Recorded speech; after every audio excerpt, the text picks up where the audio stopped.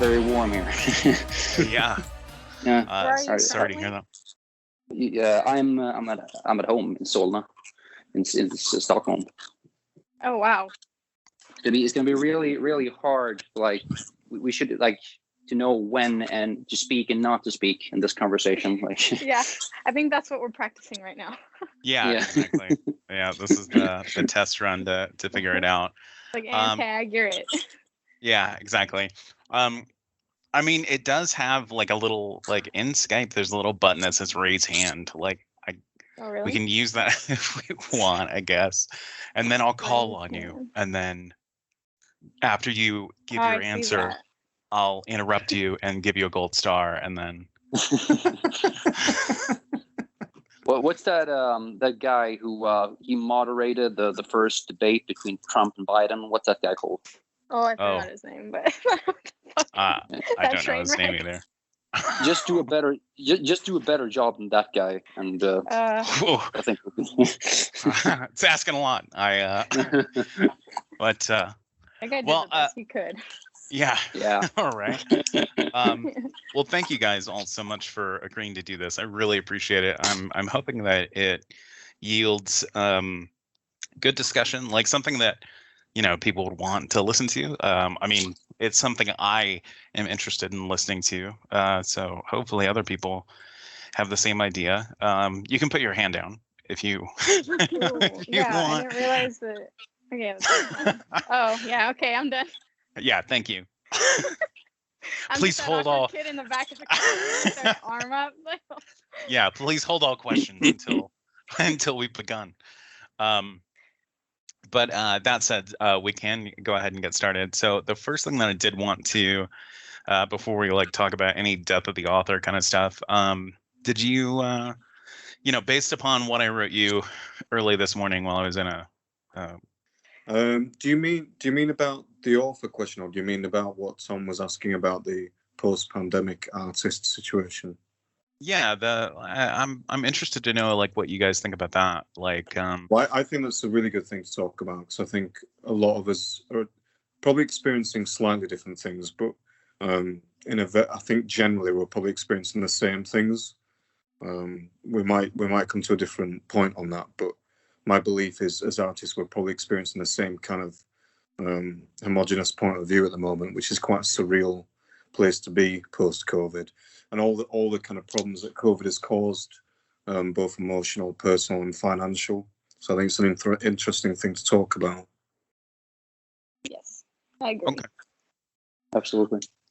All right. So when you suggested that, what exactly did you have in mind? How it's going to influence it, or more the business side, or what you three individually are going through, sort of having to deal with this as, I don't want to say content creators, but at least people working inside of an art medium.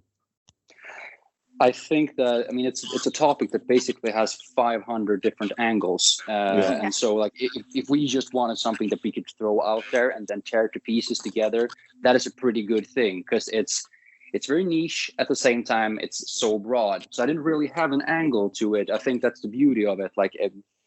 There's 500 different questions that we could discuss within that, frame. That's why I just threw it in there. Yeah, I think Brian, the best way probably to approach it is, because this question will lead off to a million different avenues. If you probably ask, what have you found has been the benefits from it, and what have you found as the disadvantages of it? And then I think we'll all have plenty to answer from that, and it'll probably lead us on to lots of different points. Gotcha. Okay. Something that I think about a lot in regards to this is how we all had to figure out how to basically turn our entire creative outlet into something two-dimensional that can exist on the internet. Yeah. And the internet only. Yeah, exactly. Mm-hmm. Without it being really desperate and looking like we're reaching for it to keep relevance. Yeah, please notice me. It's really see-through. Well, I mean, is that something that you're worried about? Is coming across as desperate? I think I think we're probably all very genuine artists and creators, and I don't think any of us, from what I've seen so far, are people who would ever dip just to keep relevance. I think we're all people that want to create quality and interesting products. So Yeah. I'm not too worried about discussing that at all. Gotcha. Yeah, Okay. the test for me was everyone was telling me like, so many people have had success with their music if you join TikTok. So I did it, and I was just like, okay, what am I gonna make? And then I just found that like I felt like such a tryhard, like trying to make these like videos that 16-year-old kids are making on the internet, and I just decided that that's just definitely not my personality, and that's not the direction that I'm gonna, press on towards. So I've experienced a very, very similar thing. I've had lots of people telling me to do this, and I'm like, it's not who I am. It's not my brand, and I don't feel comfortable with it. So, no. Yeah, to me that feels a little desperate sometimes. If you're trying to like push yourself to be relevant in this certain way that is completely disingenuous, then that's when it seems desperate, because it's not you. You're forcing yourself to do something just to quote unquote stay relevant or whatever. Yeah, absolutely. Couldn't agree more. So I mean, we're obviously already talking about this stuff, Brian. So I don't know if you want to try and bring this into have we started the interview or? Yes, I mean we essentially have. It's because I suffered from this problem last time. Yeah, sorry about that.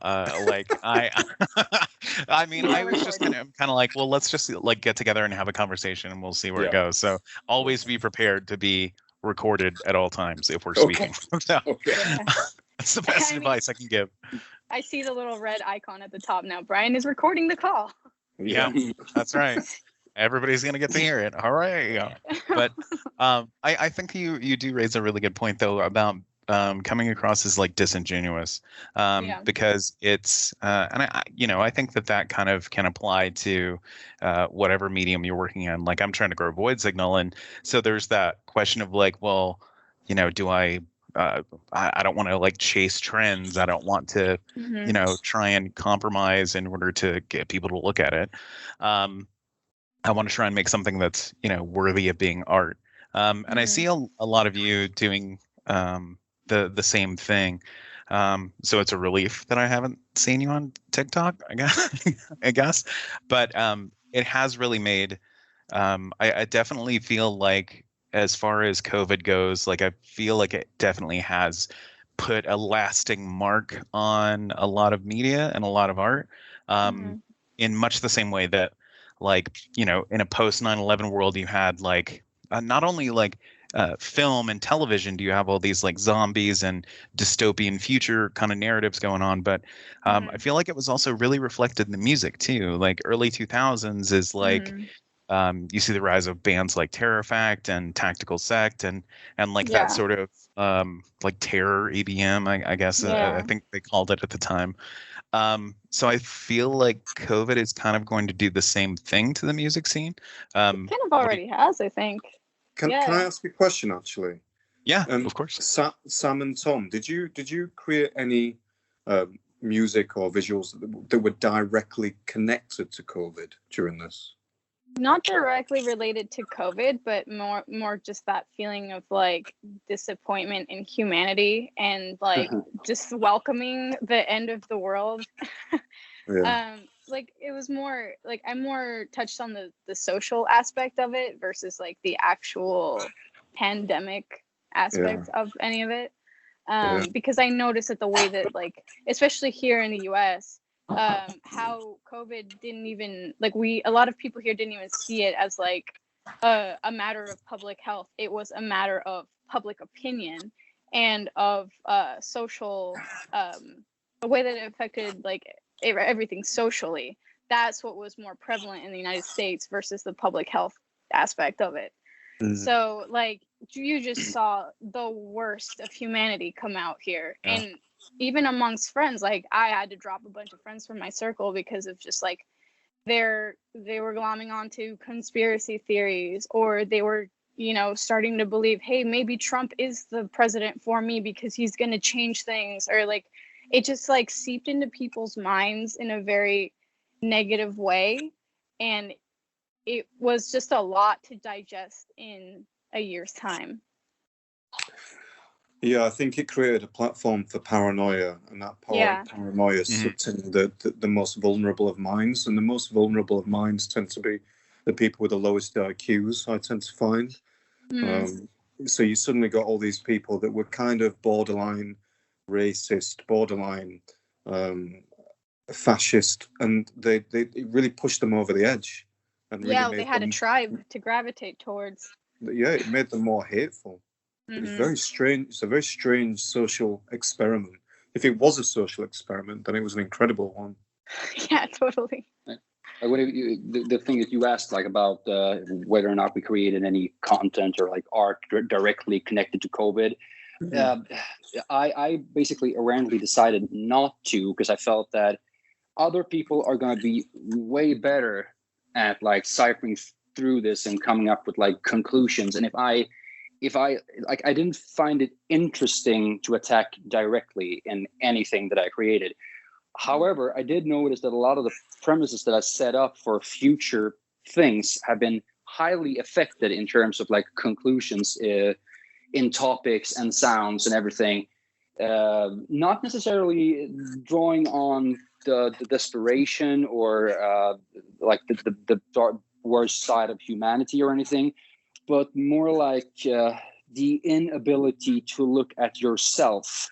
And that goes for not just the people that you described earlier here, but also, I mean, myself, like my hatred for those people, like what does that say about me? Where does it come from, and how do I handle it? And at what point am I looking at what I perceive as the enemy, and I'm just looking in the mirror, Yeah, that's a good point.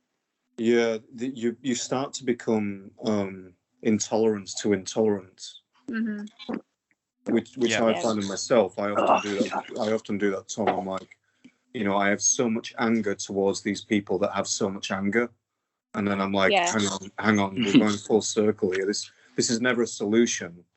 But then you also feel like if you're passive about it, then you're just enabling it. So it's like this really weird place to be in. And then it also makes you feel like, well, who's the authority on what's right and what's wrong? Yeah, absolutely. And it's definitely not us personally, but I don't know. It depends how. I think I will always trust the opinions more of people who have experienced more. So people who've traveled more, who have involved themselves in different cultures, who surround themselves with different cultures and different types of people. I'll always respect their opinion more because it's more of a balanced view. I think when a view becomes imbalanced, it's due to a level of ignorance caused by seclusion and being like, well, no, it's almost a fear of the unknown, isn't it? Right. But I think the point that I was leading to was I specifically tried not to create any content that was directly connected to COVID or the results of COVID, because I saw so many people doing it. I saw lots of people wearing masks in videos and lots of people creating songs called, lockdown or isolation or quarantine. And I just felt that it would really date my material, and it just feels really kind of hack and a bit gross and crass to be concentrating on it as a direct subject. Oh yeah, I agree. It's a bit of a relief to me to hear you say that, actually. I will end up cutting this part because I'm allowed to censor myself, but but that was something that Ilker and I, when I was at Region, disagreed about wholeheartedly. There was a band that bought some ad space on Region. They had a cover of KMFDM's Virus, which was like the COVID mix, and I was trying to express how I felt like it was in such poor taste. Just last night, my wife and I went downtown with a couple that here in Reno that we hadn't seen in a while, and like they're talking about how like their babysitter died of COVID, and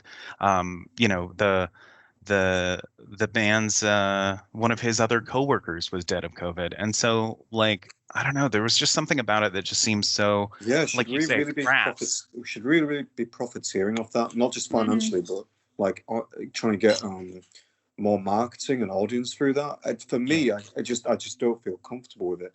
I mean, a lot of bands had they got the masks designs, and I was like, my friend was saying, you need to get some masks out with your logo. I'm like, I cannot sell merchandise off something that's killing millions of people.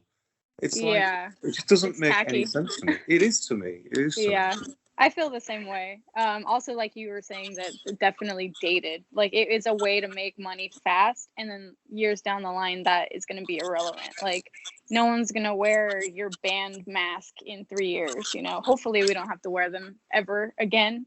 Yeah. So yeah, agreed. Don't jinx us, please. I know, that's why I was like, hopefully. I saw five this- more years of COVID. Fuck. Fuck I mean, me. with all these I- anti-vaxxers, I mean, maybe. Yeah.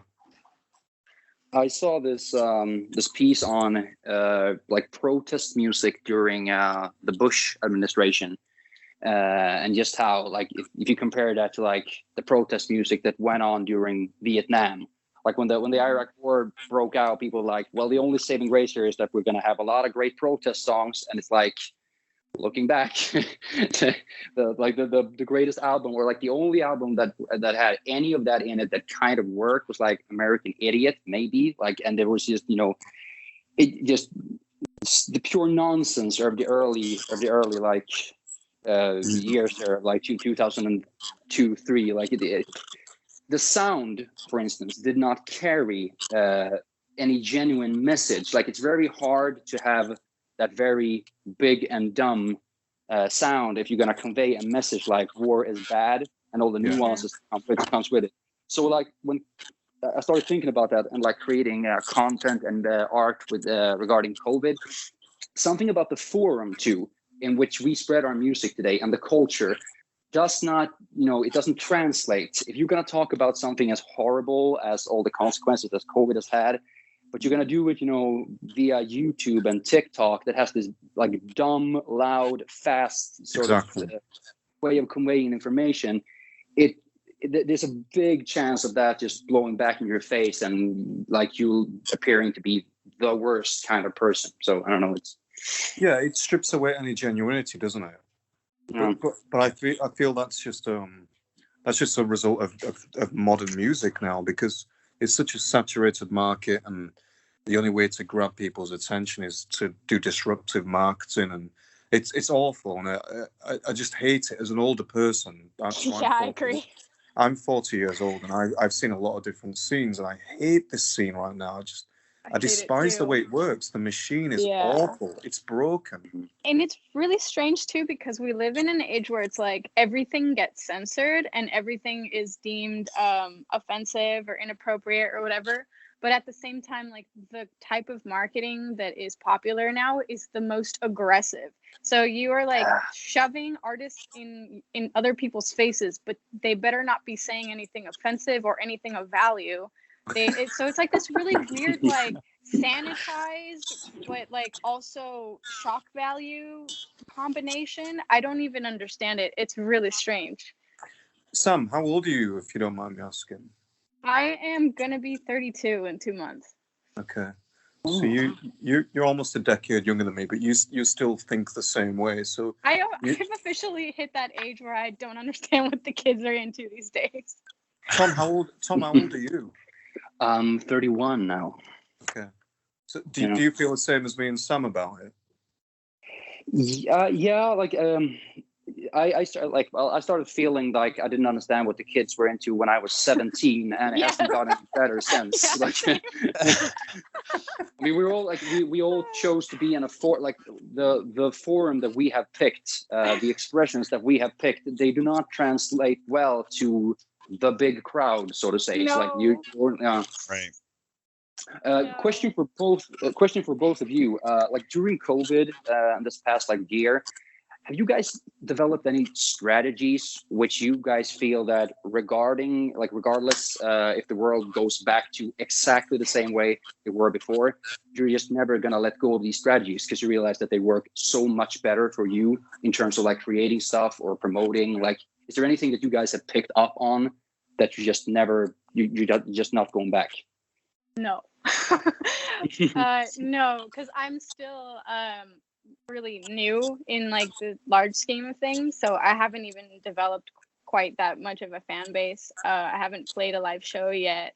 So I came around in a really weird time because like I'd already started working on my project 4 years ago, but it wasn't until last year with my first official like EP release that I got any attention.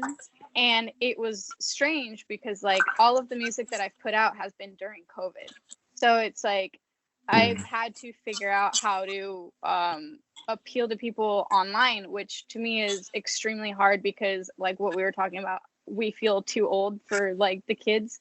So being on social media literally feels like torture for me. I absolutely hate it. It's not what I want to do. So, you know, I was being really aggressive with that approach. And then I just hit a point where I realized that it was taking a massive toll on my mental health, like constantly checking Instagram, TikTok, Twitter, whatever the fuck, just to see if anybody reshared something or liked something or whatever. So I've kind of honestly scaled back on the like self-promotion or whatever. And I've just come to terms with the fact that like I'm just gonna hope for the best and just keep working hard, and hopefully like the genuineness of myself and my music is what's gonna get me noticed versus like advertising to influencers on TikTok or on Instagram or whatever. So I haven't figured it out yet. If you guys have any pointers, let me know. That's a whole new conversation. Yeah. It has become quite miserable, though. I mean, I saw an ad on Facebook the other day that was for a band, and it was, you know, targeted right at me.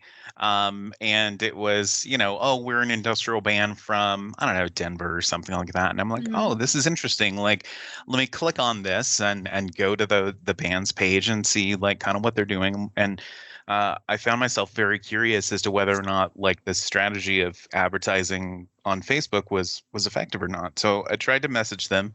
And it was like, it was a bot. It was like an automated, like, thanks for checking out our music. You can, and I'm like, this is like, it was such a like harsh alien disconnect for me that I was like, well, I'm not, I don't want to help this band now. Like you're like, you can't be bothered to answer your own like Facebook Messenger, like after you're buying so weird targeted ads and stuff.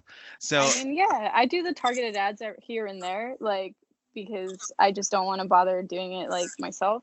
I don't do that a lot though, because that requires, you know, shit tons of money. But I definitely make it a point to personally respond to anybody that, you know, compliments me or wants to put me on their DJ set or like anything like that. But it does lead to a lot of those like promoted on blah, blah, blah accounts. And like all those spam ones that are like, I've noticed that you've got a lot of talent, but what you don't have is reach. Let me know how I can help you. Like fucking annoying people where I'm just like, oh, why did you have to like reel me in by complimenting me? And then you're just like, I know, like if you want to like aim for the stars, I'm the one to talk to. Fuck off with that shit. But yeah, anyway, Jamie didn't get his chance to answer the questions. Yeah, please go on, Jamie. So probably quite similar to Sam, but for a different reason. So I don't think I've learned anything. Certainly not. I'm certainly not doing anything that I was doing before. I'm not doing differently, because I already knew the situation. You put your money and your time into a music video, then you need to make sure it gets seen, because Facebook reach is so bad and YouTube reach is similar. So you need to make sure it gets seen, but I make sure the only people I target are people that I know have already followed my fan page or whatever. So I'm not basically annoying people. So that's not really changed. Obviously, none of us are playing live shows. I did I mean, I think we've probably all got a lot to say about streaming, but I decided that I would do it once. So I basically took a professional videographer, which is my friend who I do all the music videos with. I took him into a venue that I rented, and we got up 3 cameras, so lots of nice angles, and got lights and smoke, and, you know, did it professionally. And then, you know, I gave that to all the festivals that were all asking me to play for free. And that really frustrated part of me, because I was like, well, you're getting a lot of reach and audience because you've got all these bands playing in your festivals for nothing. And it feels really weird because all the artists are putting all the effort in and not getting any kind of reward for it, if you like. Right. So I decided to do it once. So I professionally did it and, paid a chunk of money to do it, and then gave it to all the festivals free and just was like, okay, well, here you all go. You can all use this. And, I didn't really expect to get any financial, anything back from that. But so I wasn't disappointed when I didn't. But within a couple of weeks, those same festivals and promoters were like, "Oh, do you want to do it again?" I'm like, "No." Like weird, but no. Like the amount of time and effort and energy and money that goes into that kind of thing, creating content for somebody else to use. And yeah, you are getting a reach. There is a benefit to you, but also me as a very old school live musician, I try and do as much as I can on stage, even though it's electronic. I'm really all about the aggression and the reality of a live show, and playing in front of a camera and playing to an online audience.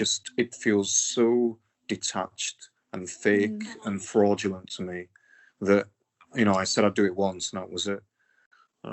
So that I wish I'd be doing that again, whether COVID carries on or not.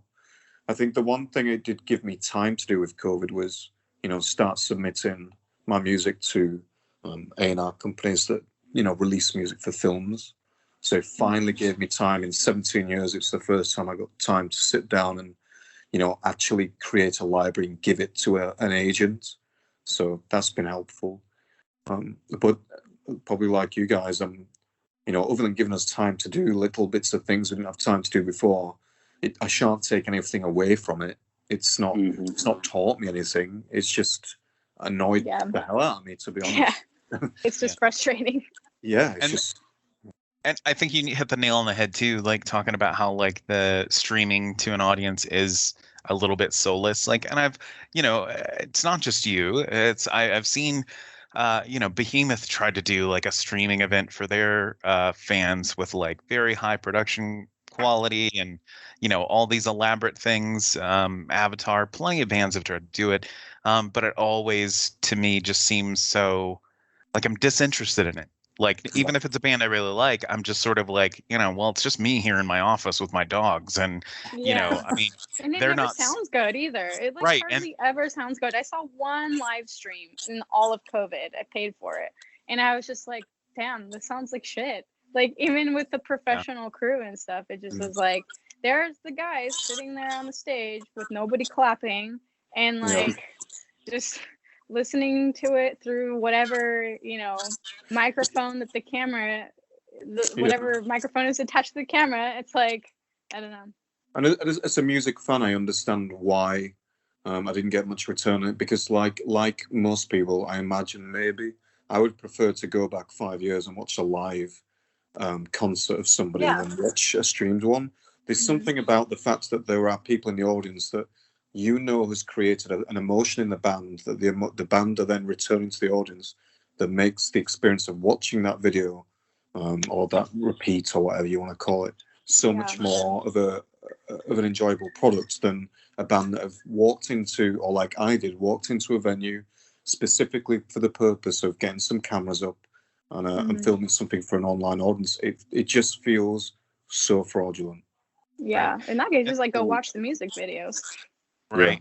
And I have to believe, Tom, that in your case, like that, I don't know, like that must hit you pretty hard too, because I mean, there's plenty of videos on YouTube of you performing live with Priest, and you're very animated. You're very much like the hype man for a live show, and it was something to behold. So I have to believe that for you, it's like it has to be pretty crushing.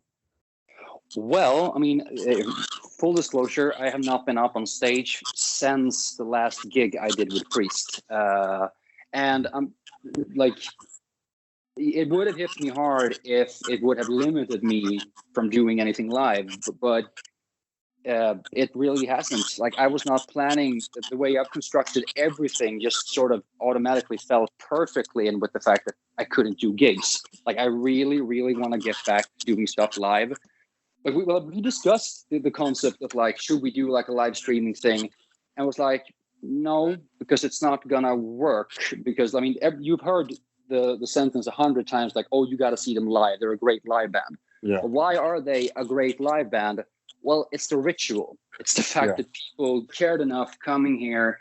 The insanity of going up on stage. I mean, if you were to describe a concert or any live event to someone that doesn't know what it is, it would sound insane. Yeah. And if you don't have that, if you don't have that fear, if you don't have that respect for the ritual, then it's not gonna be a live event. I mean, I have the highest respect for everybody that tried it. Like, I might as well have, but for various reasons, we just didn't do it. And I think, I mean, given your guys' stories as well, I mean, it was probably the right choice. Yeah, I think you made the right decision. Mm-hmm. Oh, sorry, yeah. Yeah, I mean, as much as I would love to see live performances from all of you, like I feel like there's a proper way to do it. You know, I mean, it's not so different from like, you know, movies. Like, we all want to see Dune in theaters, but do we want to go to a theater and sit and watch Dune with other people? Like, probably not. Like, I'm not super stoked about that idea. So, especially a movie that you've been anticipating for that long. Like, right, exactly. It's like the idea of sitting with people, especially with like talk of like, you know, Delta variant, you know, having a surge around October and things like that. Like, that's going to a movie theater sounds nightmarish at this point. So I you know, it makes me really sad because I don't want to see shows delayed any further. Like, there are so many tours that I want to go see and so many great artists that I'm just dying to see. But like, at what cost, I guess? Well, here in California, they're definitely not closing anything down again. It doesn't seem like it. Like, all events and concerts and everything are scheduled to, you know, there's a lot of stuff going on already, and everything's selling out super fast. Like, I've been trying to get tickets to a couple shows, and they sell out within an hour. Wow.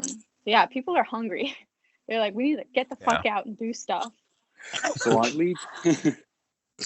leads. Oh, sorry. It's slightly different here in the UK. We have the scene here, the industrial goth, whatever scene you want to call it. It's very, very left here. So this scene has been particularly cautious when it comes to going to shows. You're not getting many people buying tickets. But I went out on last night in Leeds, which is the closest city to me, and I sweat. So I don't know if you guys know, but all legal restrictions were lifted last Monday here in the UK. So that's everything. And last night was the first weekend of all legal restrictions lifted. And I swear to God, it was like the last night on earth. It was like everybody was out. And I'm talking, literally, there were people over 60 and over 70 out last night. And this was at like 10, 11 o'clock at night. They would never normally be out at that time of night. Yeah. But the whole city, it was manic. It was electric. It felt like a film, like something was about to happen. Everybody just wanted to, you know, spend the last night out drinking. So that meant the amount of people that will get pregnant from last night. Oh my God. The amount of people that will end up in A&E from fighting last night. Because I'm sure you realise the UK is a big drinking country. But wow. I had no idea. It's crazy. Yeah. We all stem from Thomas, so yeah, we're all Vikings.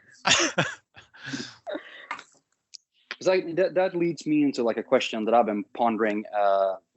Like, do you guys? I mean, there's a lot of things that's going to change now. They're not going to go back to the way they were because people have found out that they can do things another way. Like, how you like both personally? I mean, I know you guys said that you won't take anything away from it or learn from it in that sense, but that, you know, in terms of like having to adapt to the new world, what do you guys think are going to be different tomorrow with both in terms of like how people create and also the business? That is a tough one. Yeah, you go first, Sam. Yeah, okay, so in relationship to just the music industry or like life in general? Mainly the music industry, but maybe life in general too, because I mean that affects us as much as anyone. So, I'm sorry. Go ahead. No, because like for instance, this is an example. We're seeing stores everywhere, especially here. I mean, I can just talk from a Swedish perspective, but I'm just assuming that it's the same in the UK and America. We're seeing these stores everywhere close up because people buy everything from Amazon and so on, right? Yeah. These places like Amazon and all those businesses have done tremendously well during COVID because people can't go anywhere. Yeah. So now there's a lot of empty little spaces everywhere. You also have like the big arena industry, like the really big bands and just concerts in general. The whole business has been hit pretty hard. So now you have a lot of people who are sort of scared and pissed off, and you have a lot of small spaces everywhere that they can't really take out a high rent because who can afford to pay to have a store there anymore?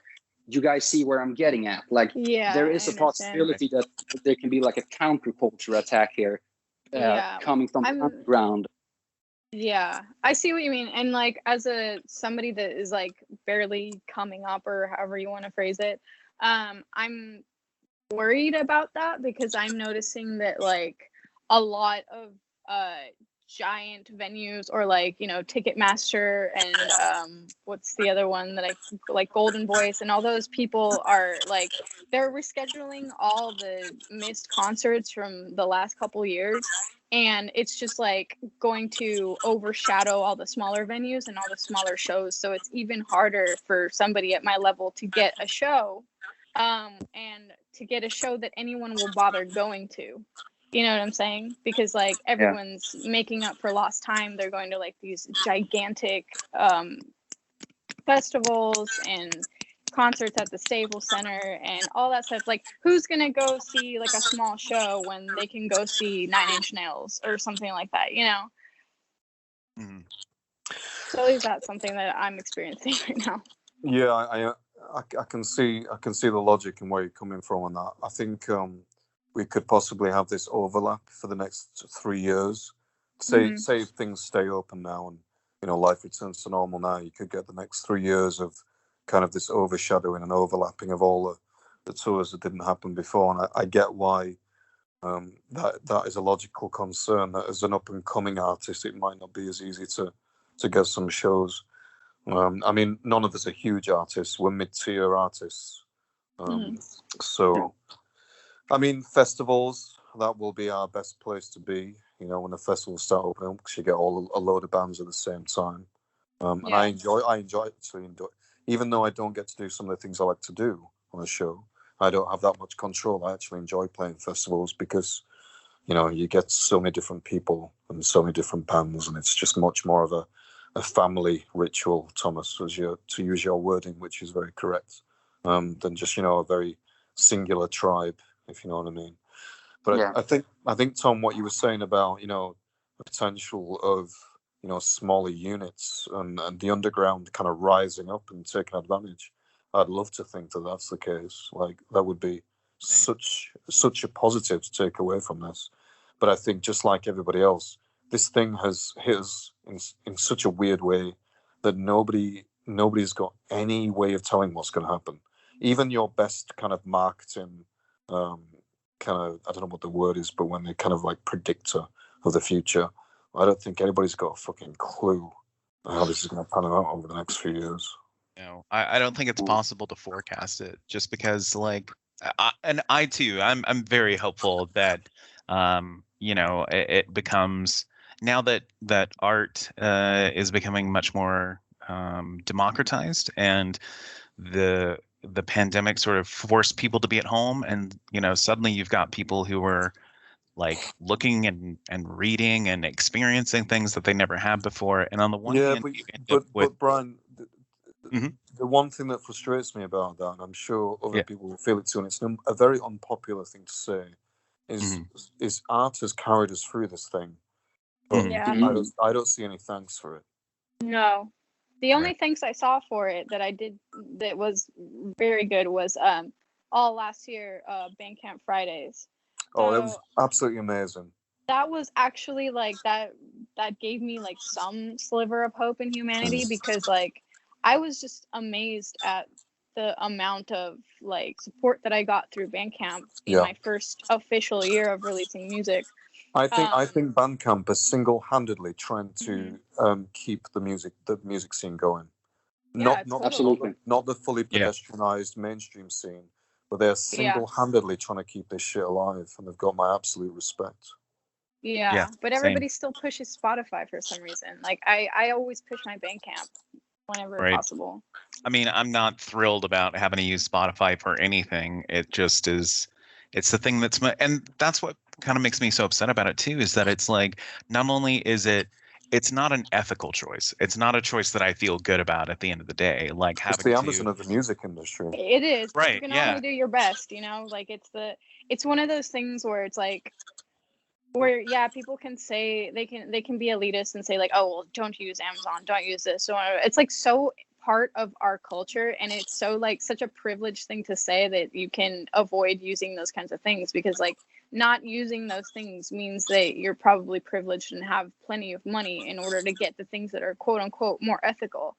But you know, so it's just like you can only do your best. That's the thing that rings true. You can only do your best. You can be aware and whatever, but you know, as someone like you that creates podcasts, you are going to put your stuff on Spotify. Us as artists, we're going to put our stuff on Spotify because hopefully the algorithm picks it up and puts it in somebody's, you know, release radar or whatever the fuck, you know. So it's just a necessary evil. Yeah, absolutely. And I think that being ethical is a bit of a luxury. And it is. It's something that not everybody has. I mean, like, I would much prefer to be able to support all of the artists that I, know and love through Bandcamp. I just don't have the means to do that. You know what I mean? So that's where I have to resort to using something kind of not great, like Spotify in that regard. Or in the case of or in the case of the podcast, like that's what everybody uses. So it's like if you're not on there, like you're closing the door for yourself, even if it is, the Walmart of the internet. Yeah, but then what's the alternative? Is using like Apple Podcasts or whatever, and then Apple's got its problems, so it's just like there's no fucking winning, or else you end up on Amazon or you end up wherever, and all these giant corporations have blood on their hands. So it's just you're just like fuck. I guess maybe I don't do anything ever in my life. Right. Well, what you said, Tom and Sam, do you ever find yourself looking? I mean, we don't know because we weren't there. But do you ever find yourself looking at the 60s, 70s, 80s, and possibly even the beginning of the 90s, and being really like nostalgic about it, about the way that the music industry like was back then, and the way that bands came to light back then? I mean, I've got a slightly romanticized view that's not valid, it's not correct, but I've got a lot to say on that subject, but I feel like Tom hasn't gotten talk time, so I'm gonna let you have the floor for that one. I am processing your thoughts, but yes, thank you. Let's say that I sit down to romanticize about it for a minute. For the first 30 seconds, I romanticize. And for the last 30, I remember all the stuff that was shitty, like with everything, from back when. And I realized that this is the way it always is. Some things get better, some things get worse, and it's pretty much the same quota, but on different levels. Like, for instance, take this. When the switch from LP to CD came, imagine all those like the mid-tier bands and like smaller bands. When you have to like print merch, you go like, okay, do all people have CDs now? Do we still have to print LPs? Is this a fad? Like, imagine how much money and time and thought were just lost on that single problem that we do not have to like fight with today.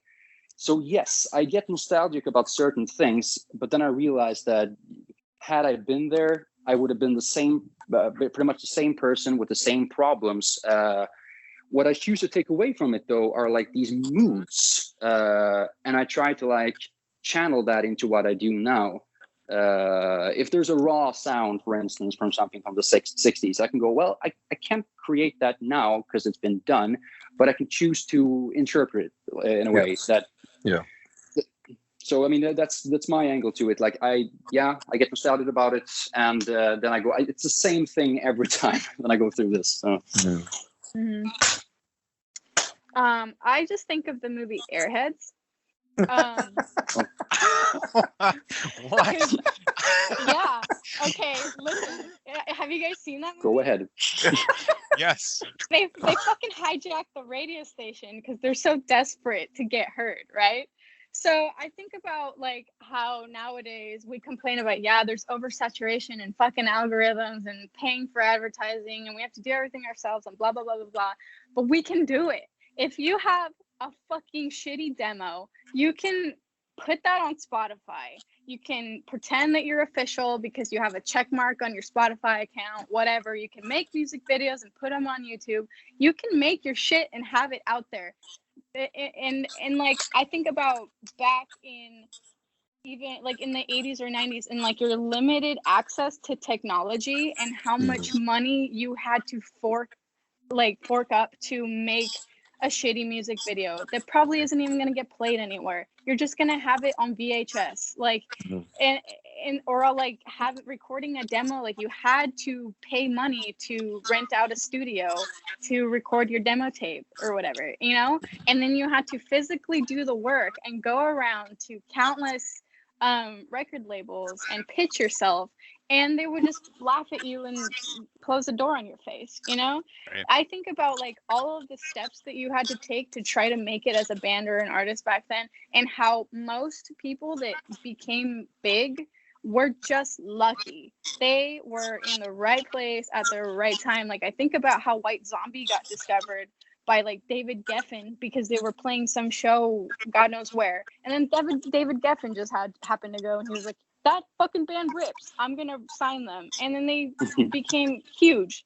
Like, you know what I mean? Don't you think there's something more magical about that though? There is definitely something more magical about that, and I will agree that I romanticize the shit out of it because like there's just like a certain allure to the bands that, you know, the Cinderella stories of the bands from, you know, the 60s, 70s, 80s, and 90s versus like, this fucking person blew up on TikTok because everybody's doing their fucking they're like fucking lip syncing videos to their song or whatever. Like that is just so like that's not like that's your legacy, you know? Like David Bowie, if David Bowie was still alive, he'd be like, oh fucking hell, like that. So David Bowie is my, whenever I talk about this, that's my go-to guy when I talk about this.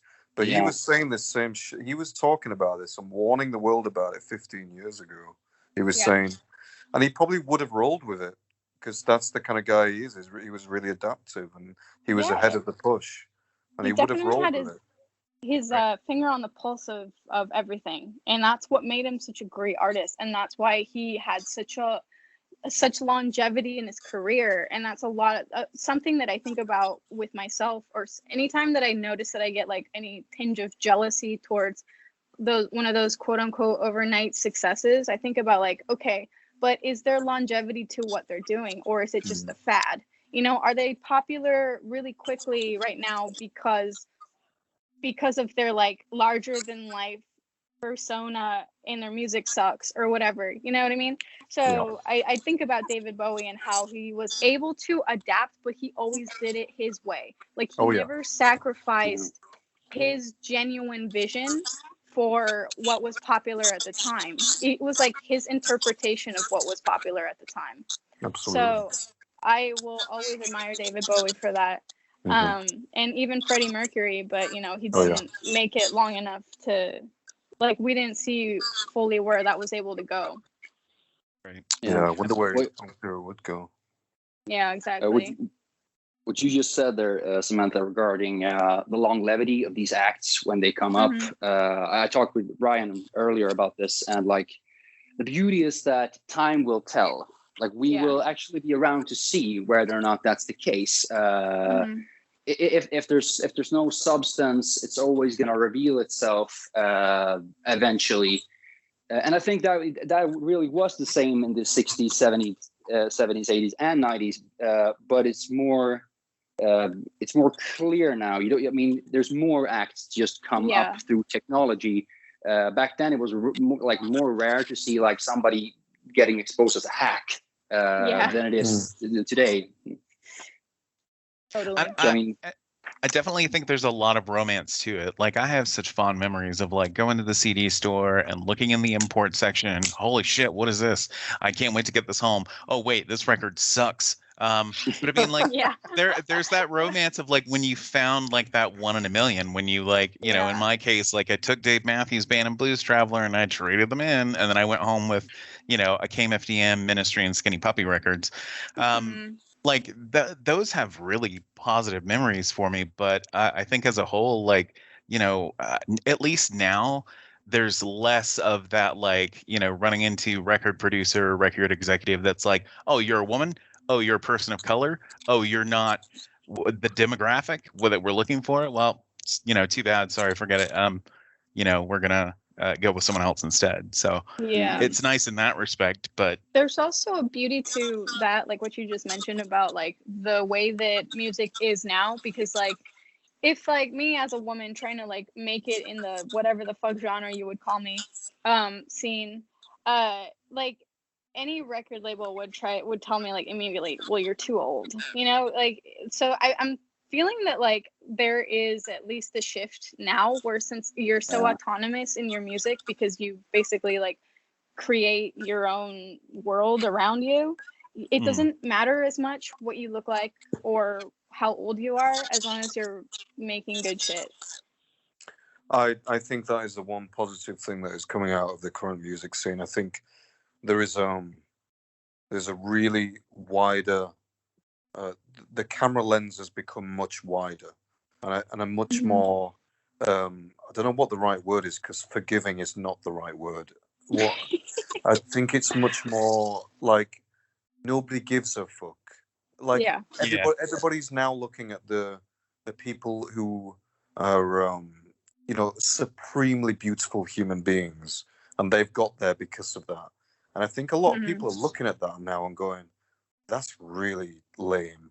Like, we should be, you know, appreciating and respecting artists based on how passionate they are about it, how much how kind of inspirational or thoughtful or inventive they're being. I think there's certainly much more allowance for integrity now, which I don't think was the case 10 years ago or even 5 years ago, actually.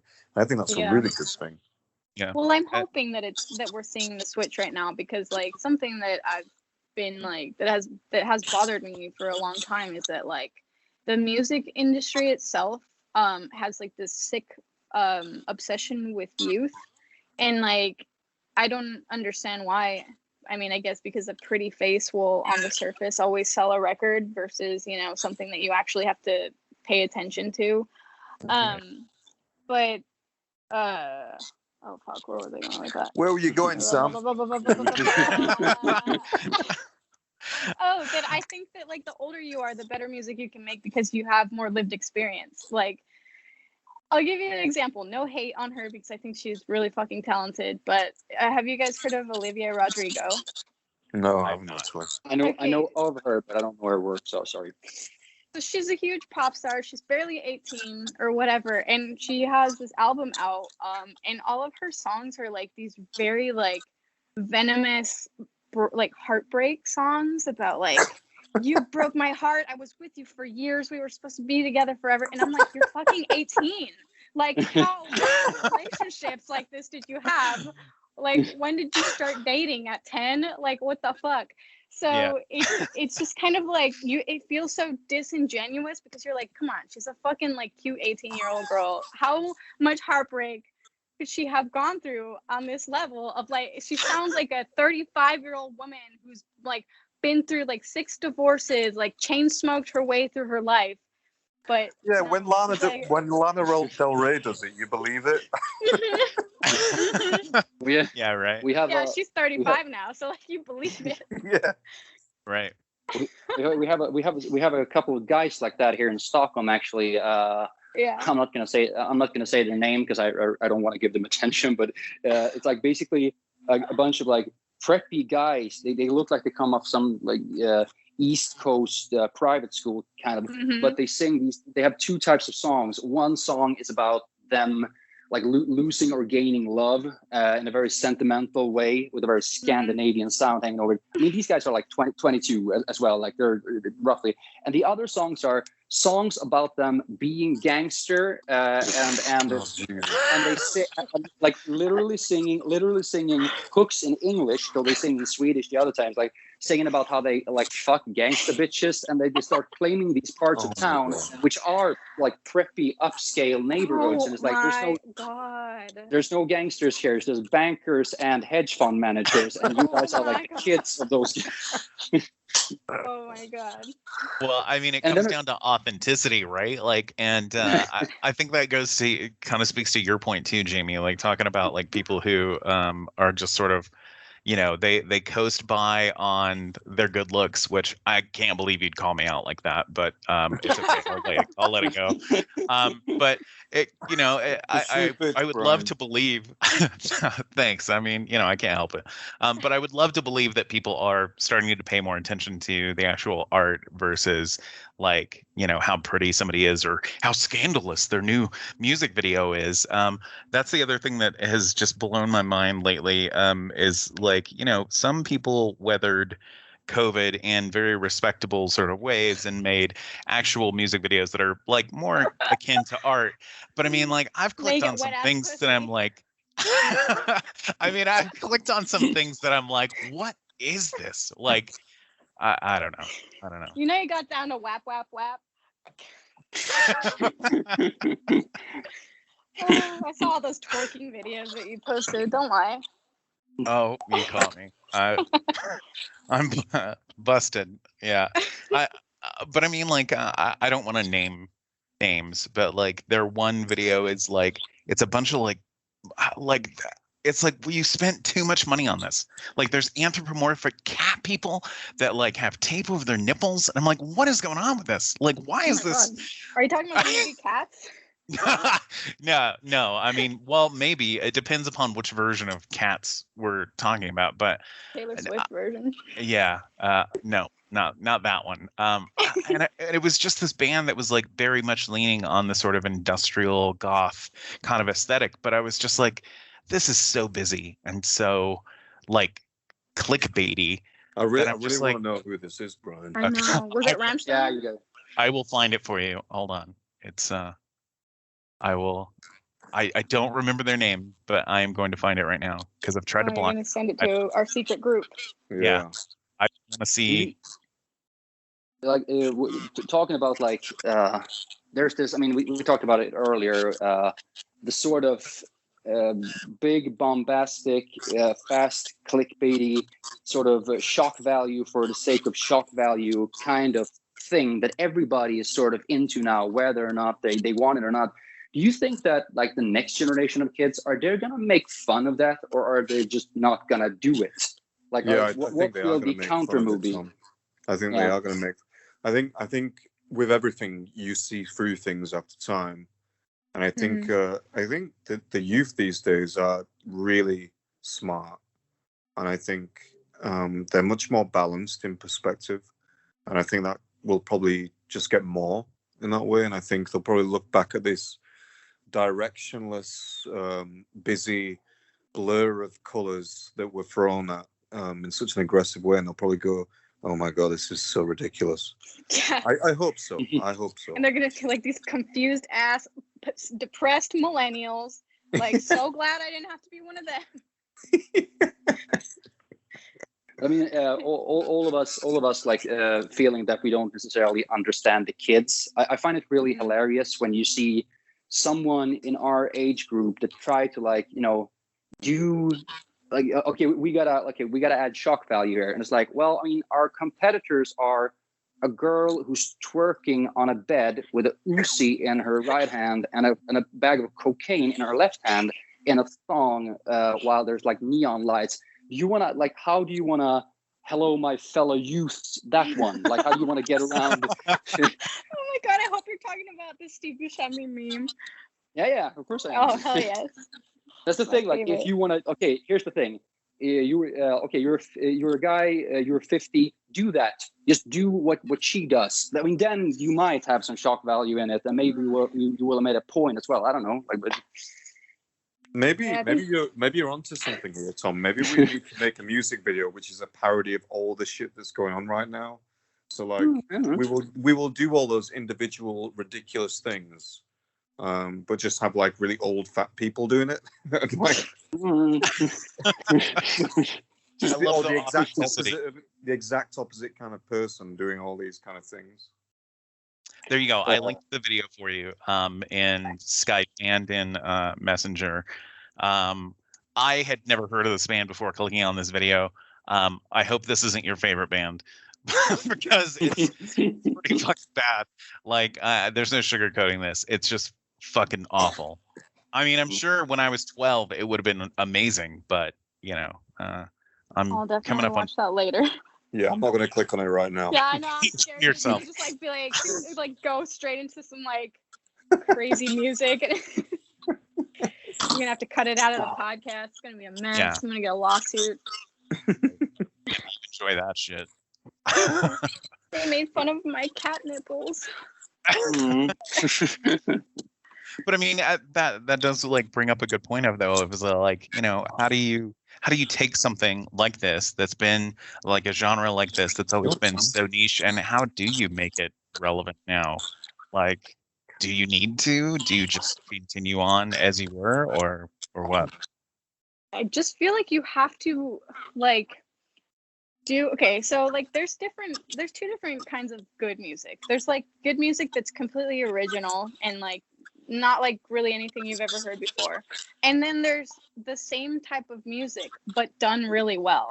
So like I don't feel like in order to be like groundbreaking, you have to do something completely different. You just have to be really good at what you do. If that makes sense. And with integrity, yeah. Yeah, it has to be you. Yeah. You're not trying to sound like someone else, because then it just sounds super hokey. I have a really weird. Sorry.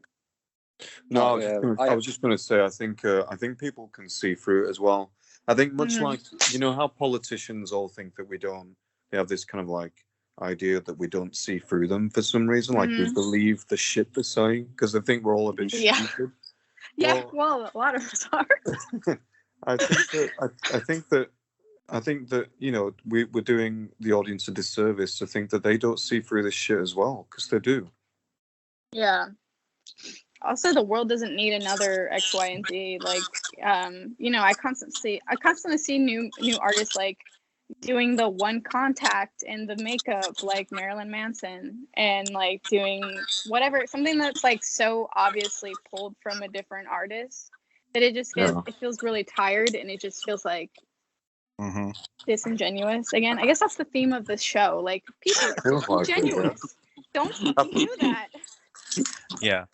Well, I know that all three of you probably know this by heart, because like there's something about this industry that it attracts people, really narcissistic people, and this is not like I'm not, you know, I'm not there, so I can't really comment on what you just told me about him, but I can say that what you describe is something that I have seen many times, and it's a business that seems to attract psychopaths, really, like the people that have a vast need to be in control and be the center of attention, and unfortunately, sometimes this industry has a tendency to reward that, but I think that is sort of falling apart as well, because we're calling each other out on our shit now. So different world.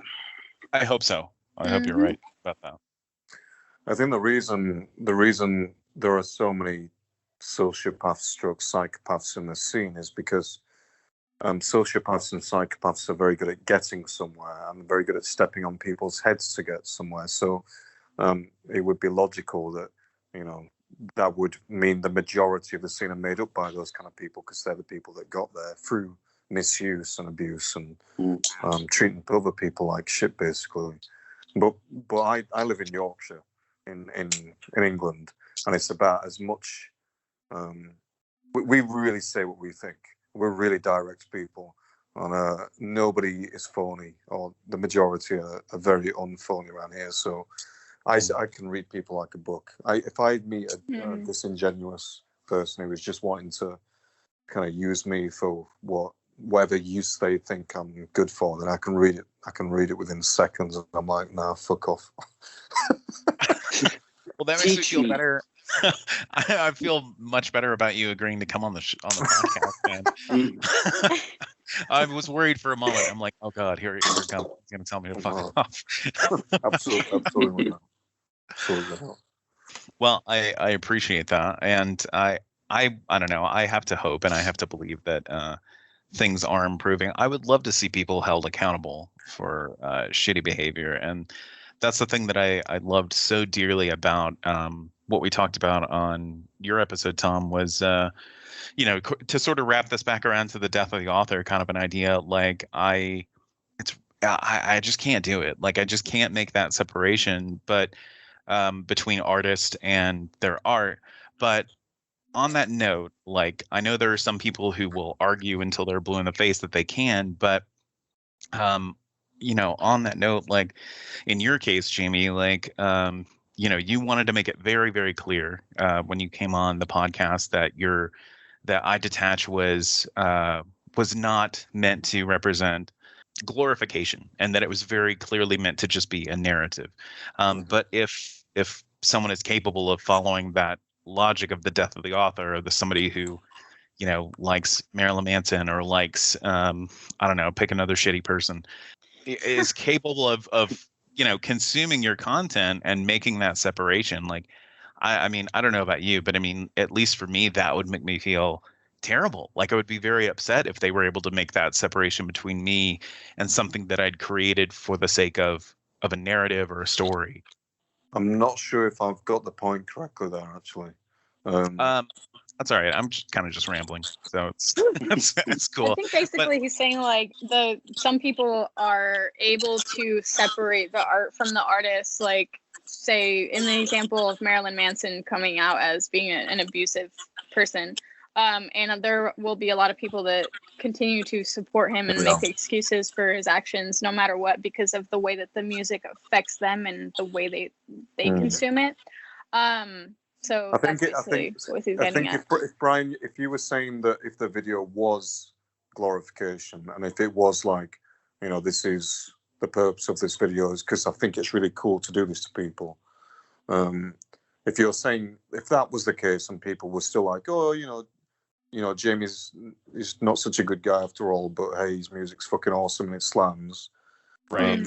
Or if somebody were to consume it in the opposite direction of being like, well, I don't give a shit what Jamie says, like, or this, video, this song is about this thing, like, I'm just going to enjoy it as that, something that you did not intend.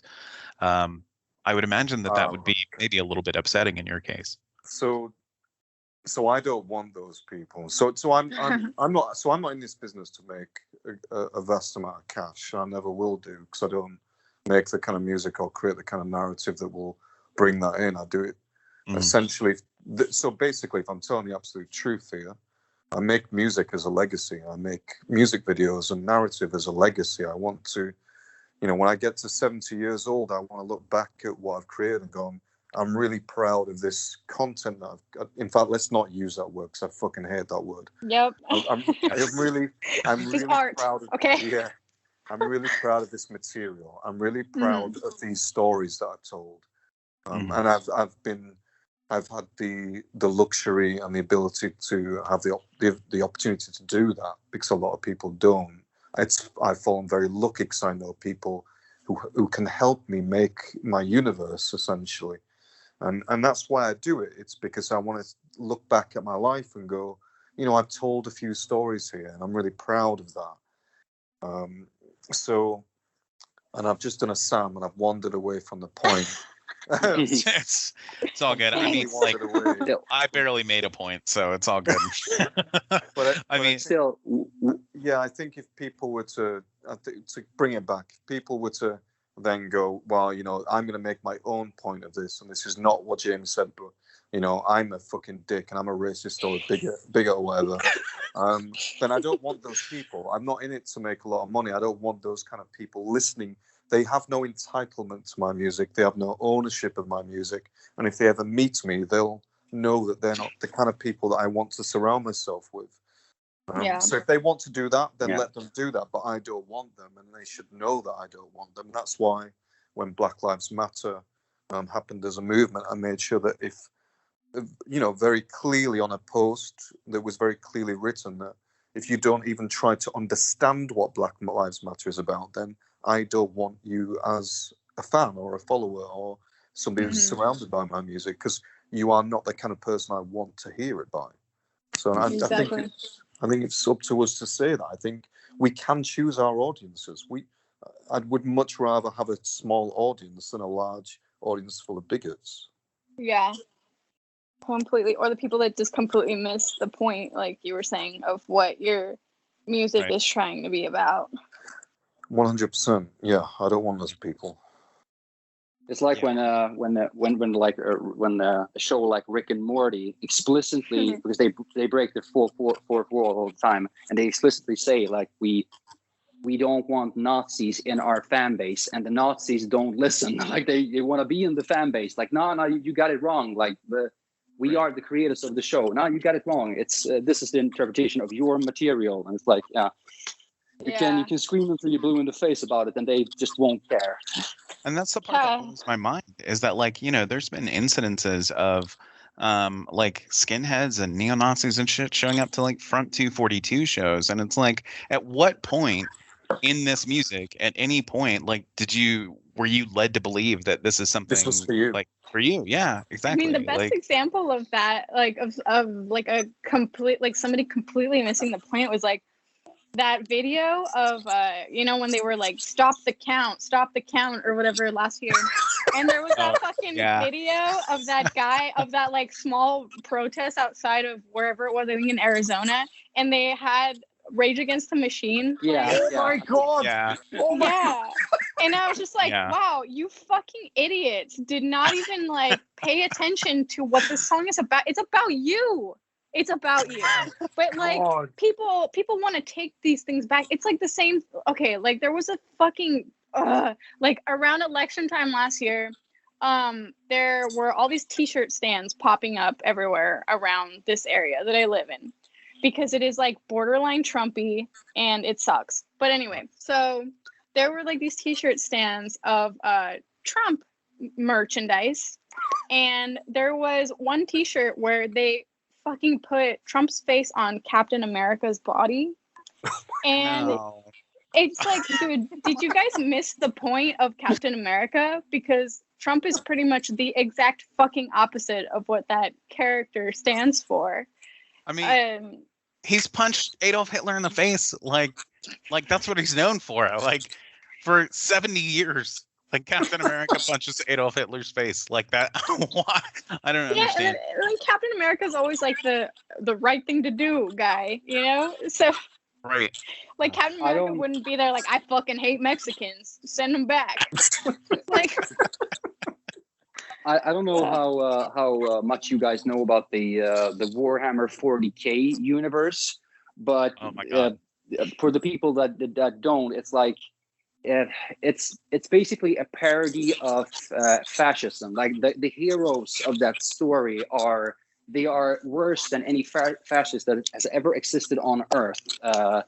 And it's a parody, it's a joke, and that fan base is of course filled with people who think it's great that there is a secret police whose motto is innocence means nothing, for instance. But they think that's great. They think it's good.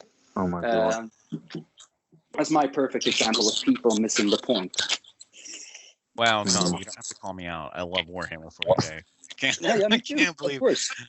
I mean, he likes Warhammer 40K. Oh, he's really good looking and got here based on his looks. Like, I didn't know this was going to be like a roast or what have you. If you want a roast, dude, we'll start. No, that's okay. I'm super sensitive. I don't want that. But I mean, Warhammer 40K is pretty problematic because it's like, it's the same thing with like Starship Troopers. It's like the point of it wasn't, Paul Verhoeven's point in making the film, at least, was not like, oh, look at how great the society is where, fascism rules. It's like, no, the point is that fascist societies are only good at killing fucking bugs. Like they're not good at anything else.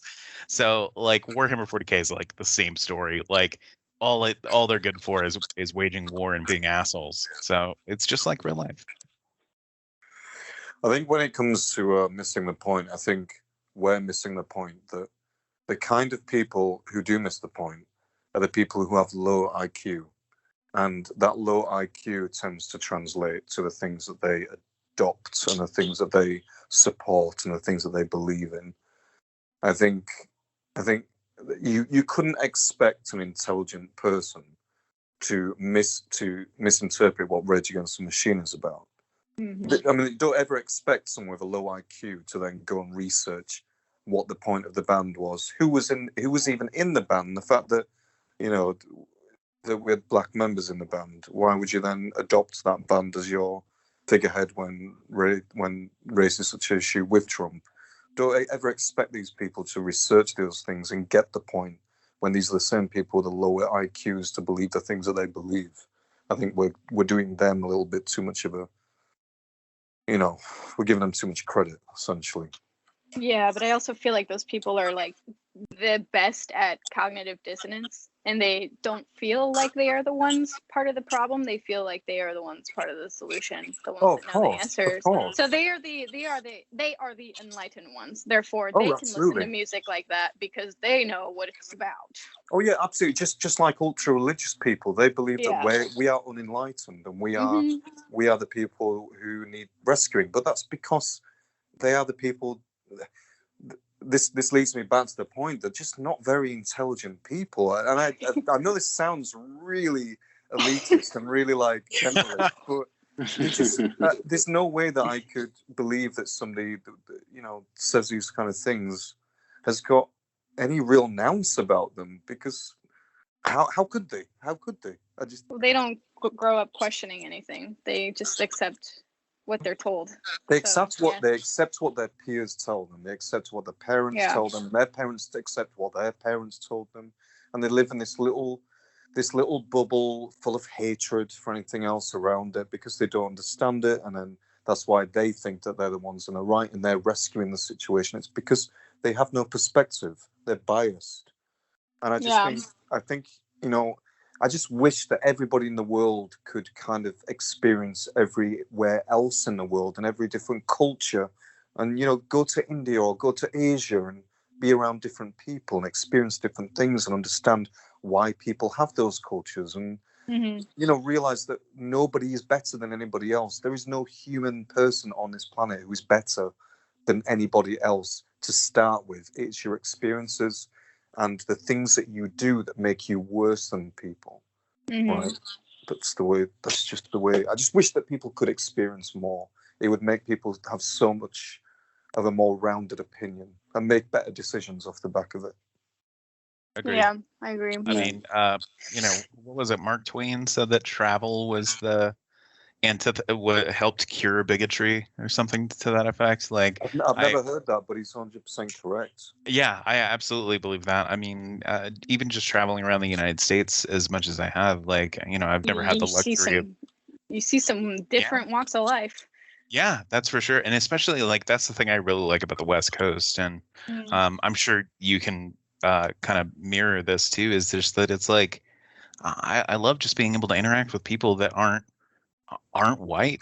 I mean, if I'm gonna be blunt about it, like, it's nice to just like see people who didn't have the same experiences I did growing up. Like, that's more interesting to me at times than, you know, oh, cool, yeah, oh, you got a Starbucks this morning? Great, yeah, that's cool. Good to hear, Deborah. I'm glad. Like, but that's why, like, even though I 100% like disclaimer, 100% do not condone like the Trump way of thinking.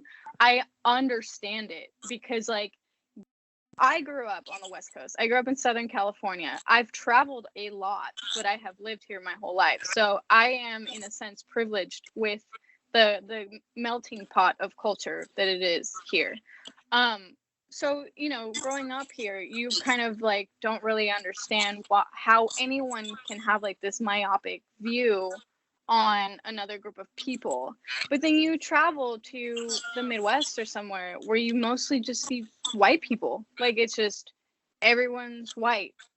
and that's all they know. And or you go to like the South and you see like poverty in small towns, and like that is where their life begins and ends, in the the surrounding areas of where they're from, and that's all they know.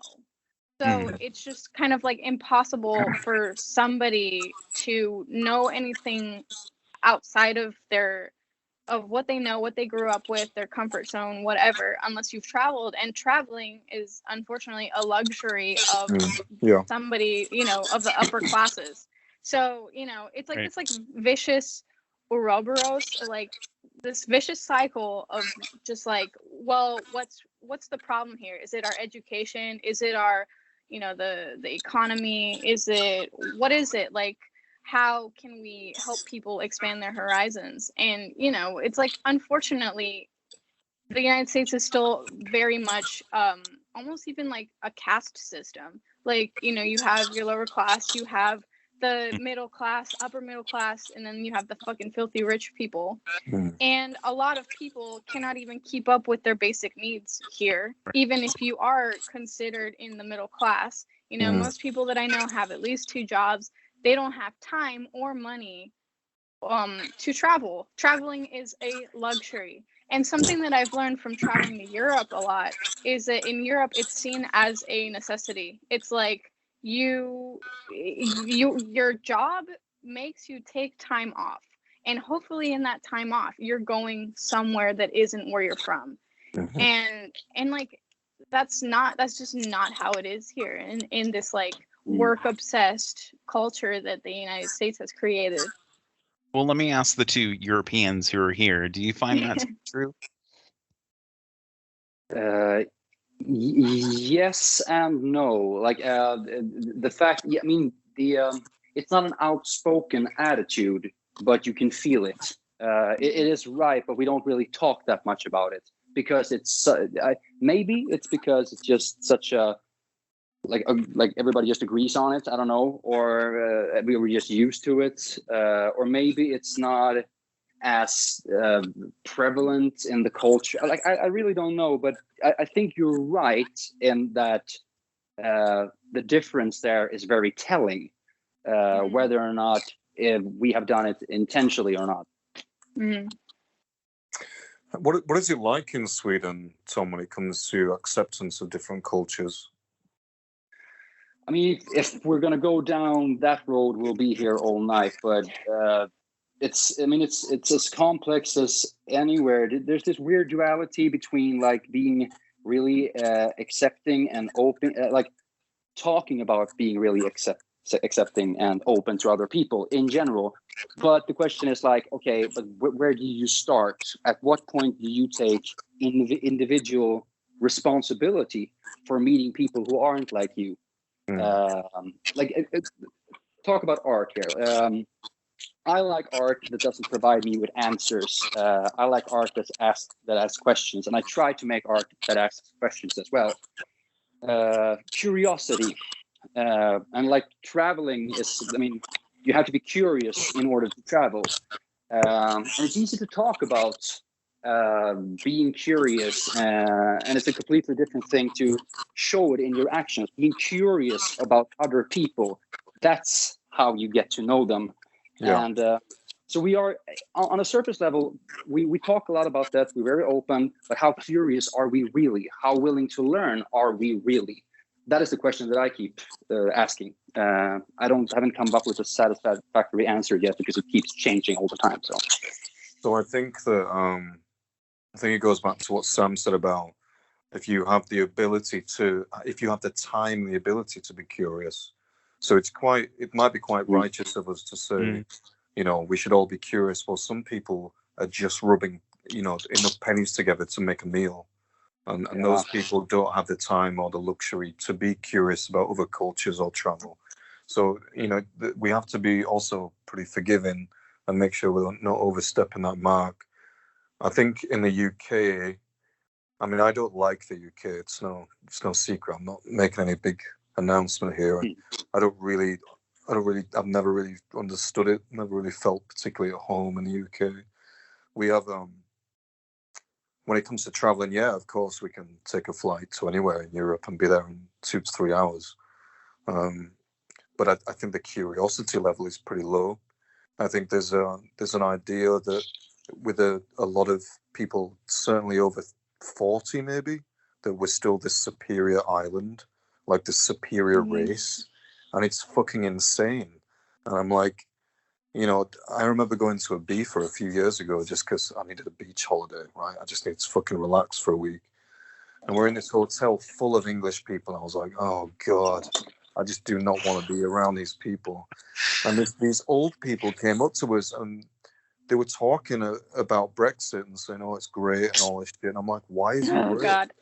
I'm like, why is it great? And they're like, well, because, you know, we're better than them and, you know, we can make our own decisions. I'm like, you are just crazy. So dumb. Right. It's so weird to me that like imperialism seems so alive in that respect. Like, I don't think it's a younger. I don't think it's a younger generation. I think it's, you know, it's dying slowly. But I think 40 plus, there's still like this weird thing that, you know, if you're from a different country, we're probably better than you. And it's just gross. It's just tribalism. That's what it is. I don't even think it's like the imperialism thing, because I don't think like at the root of it, people are like, you know what? I would love to have a king or queen tell me what to do or what my station in life is going to be like. Like, I don't necessarily know that it's that. It just is that like need to belong somewhere. And then once like it's like soccer, like people that are football, people that are really into. You rescued that one. Yeah. I'm cultured. I know what I'm talking about. You're about to step on some toes there. You're going places. Like when people have their team and they will literally kill people that do not like, that is not their favorite team. You know what I mean? Like they will fight them because why? Because they feel like they're a part of this club, and anyone that infringes on like the superiority of that club is not welcome. And that's how it feels like with Brexit, or like with the Trump administration or whatever. Like people finally found this like stupid elitist club that they could be a part of, and they don't want to leave it. But you know where it stems from, right? Where? Insecurity. It's insecurity about who you are. Yeah, about who you are or where you go when you die or any of those things. That need to belong, that need to be able to use the word we in a sentence and try and imply that you're part of a bigger whole, kind of a thing. Well, I want to be sensitive to all of your time, and I'm very grateful for the very lively and fun conversation we've had so far. But I did want to ask each of you, since we did cover some pretty grim topics, I wanted to. Yeah, I mean, it was a laugh riot from start to finish, but pretty heavy material tonight, right? Yeah, it's a day in the life. Can you edit out the part when I said that I was a Nazi? Can you edit that out? Yeah, I got you covered, and thanks. I'm gonna have to remove all my trash talk about this band or that band, or I gotta cut all that out. I'll leave everything you guys said, but I gotta take care of myself first, right? Sorry. But anyway, I did want to ask each of you what you're enjoying right now. I know, Samantha, you just had a new single come out. Jamie, you had something just the other day, the video with and you've got like a Scorn event coming up or something to that effect. And then Tom, you got a new single on the horizon with Brides, right? That's pretty soon. Yes. And then pre-orders for the album soon. So aside from all those things that I'm very excited about, what are you enjoying lately? Like what's aside from how shitty the world is, what's making you happy right now? And we'll start with you, Tom. Right now, I'm currently reading a book called The Woman's Bible, which is basically like the classic feminist perspective on like the Bible and sort of retakes on the Christian myths in it to like explain how they're constructed and the other ways to interpret them. It's probably the only thing that I'm currently like listening to or reading. So I guess I'm gonna have to pick that one. Wow. That sounds like a big book, Tom. If it's basically rewriting the Bible, that sounds like a big book. From a feminist perspective, yeah. Yeah. It's they pick their parts, so to say. Right. It sounds very adult. I'm a little intimidated. Yeah, I'm reading it for research. So. All right. So, Tom, can I just ask you, Yeah. if your new single is coming out, will you be releasing another music video for that? Absolutely. The music videos are very episodic, which is going to make that statement is going to make a whole lot more sense when you have every single music video from the whole season out. But every single that comes out has a music video with it. What was the one that you sent to me, Brian? I think it was the most recent one, Fire Disciple. Yeah, or the second to most recent, because Blood came out a few weeks ago, maybe. But I sent you Fire Disciple at the time. That was like the newest one. So Tom, I just wanted to ask you actually, because as a fellow kind of producer and director, did you practice that take, or did you just kind of go for it and tell everybody where they needed to be at what point? We practiced it once or twice, basically, but we did that in daylight. So a lot of the stuff that happened during night sort of became happy accidents, and we set the whole thing up so that the happy accidents would be the video as well. So both, I guess. And how did you get? So were you walking through the woods? We were on a road, roughly somewhere around the woods. Yeah. Wow. Yeah, it was very interesting. I really like one-take videos. I respect them a lot because the videos that I do tend to be very fast-paced, not in the kind of the current market way, but I tend to make them like a condensed film. So I have a lot of narrative to throw into 4 or 5 minutes, basically. So I have to keep it really choppy to get my whole story in.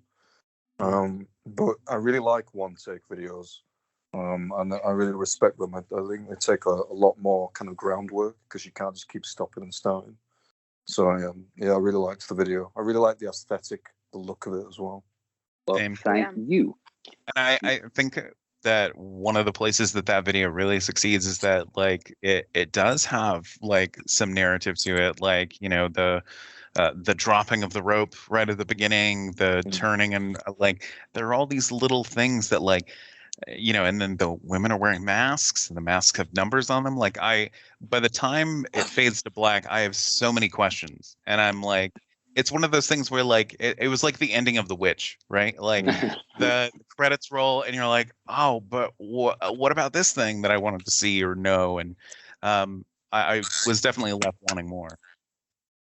Well, I hope we don't disappoint you. Like you should never end up in the bad robot, the whole mystery box angle to storytelling. That is a scourge that's been plaguing storytellers for years. The idea that just setting up as mystery creates a great story. It's awful when people do that. So I really hope we don't end up disappointing anyone.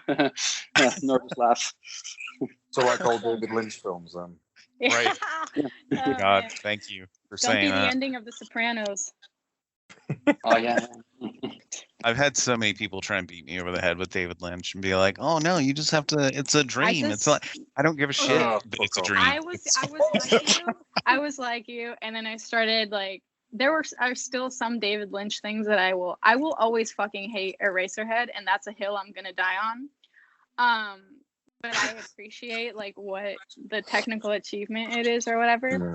But anyway.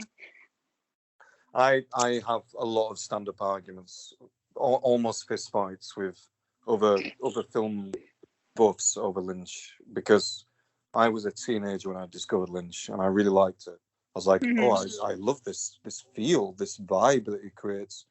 And the more I got into learning about storytelling and producing and directing, the more I hate David Lynch, because I'm like, dude, I could do all the things that you do because I don't need to have a reason for it.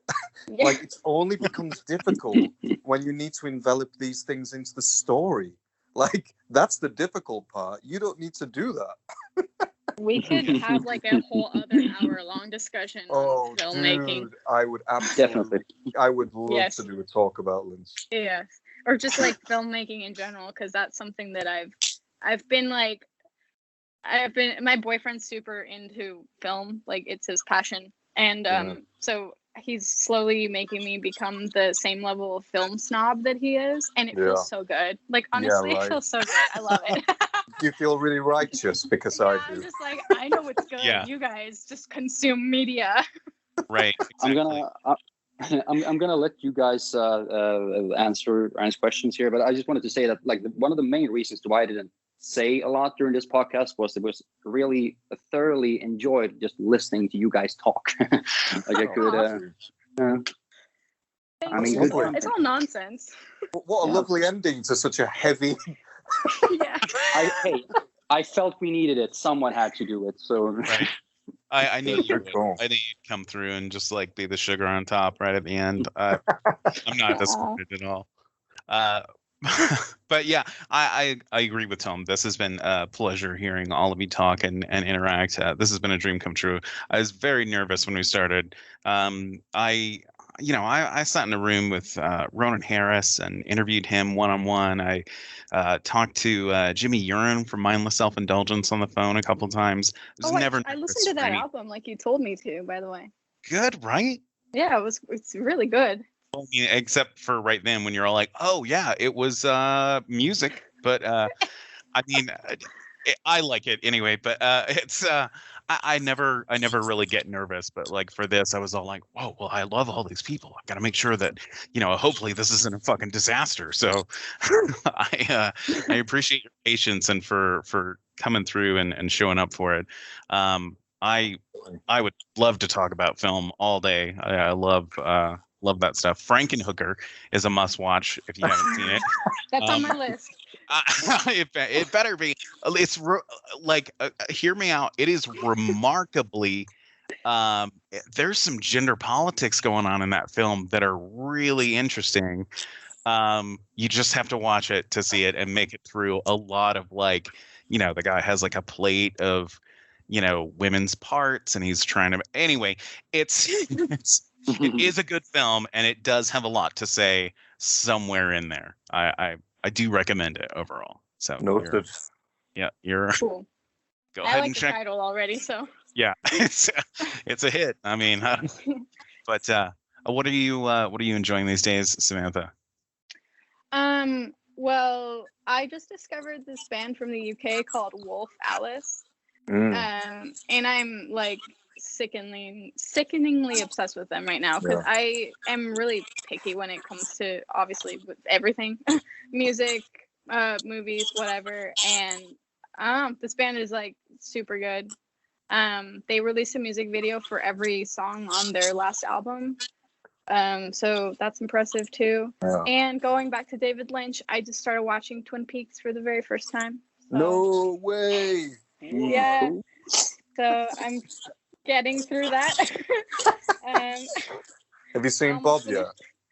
Have I seen what? No. Have you not seen Bob yet? Oh, brilliant. I've made it to like the what episode? Like episode 7 so far. Right.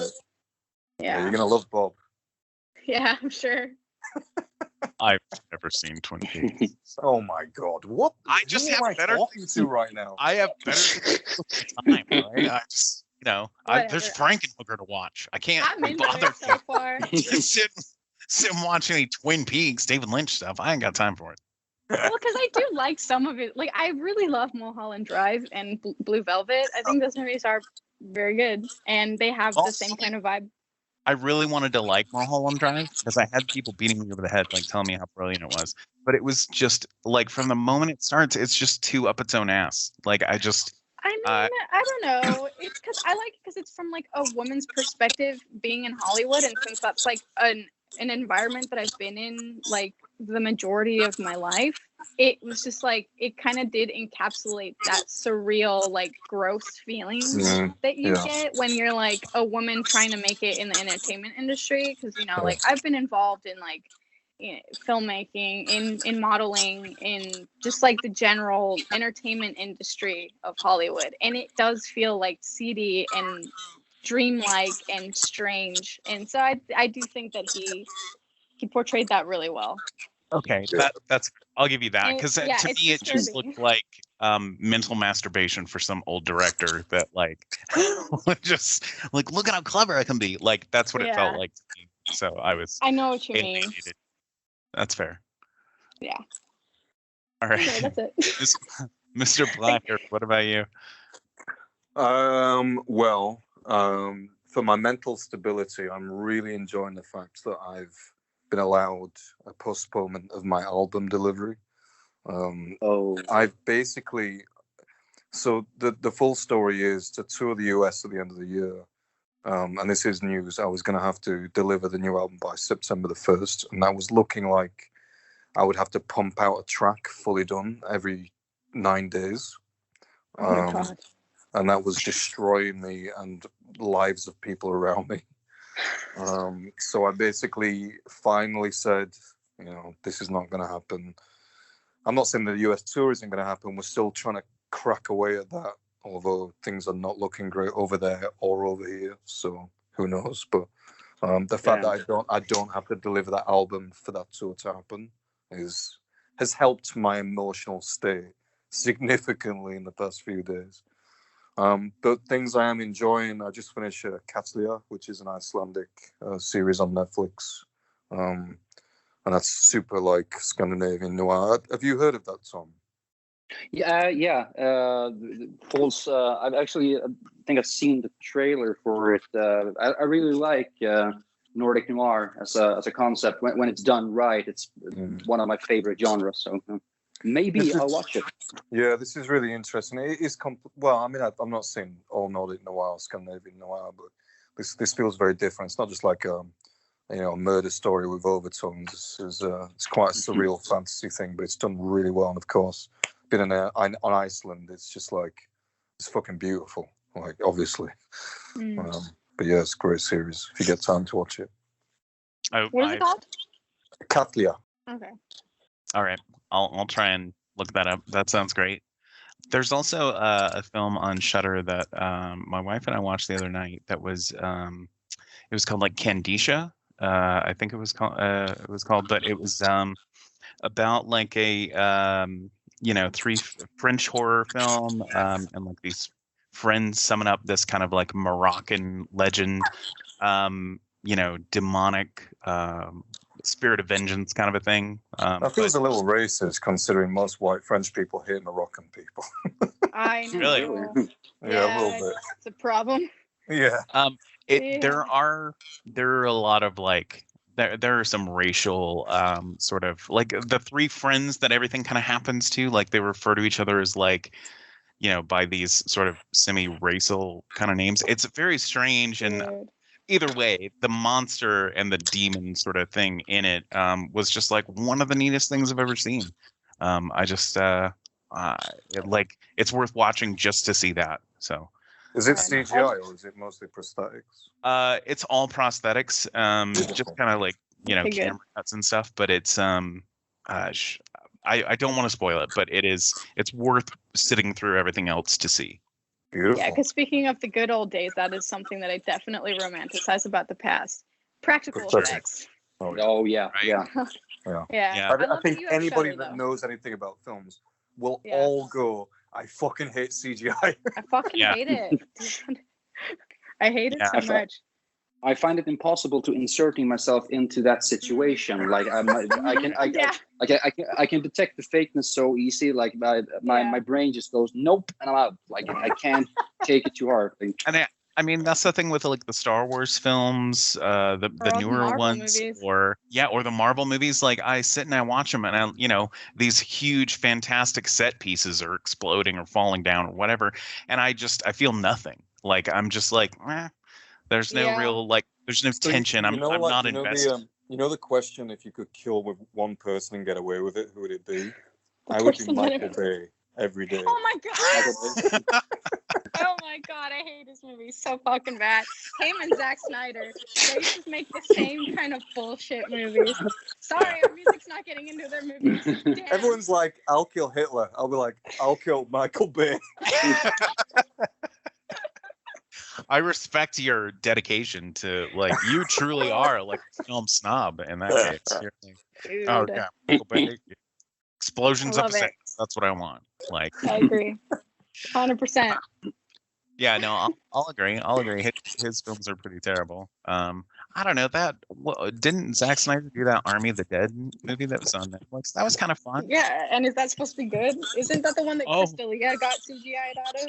Oh yeah, that's true. Yeah. That's the one time I do like CGI is when it removes shitty from films. I love that.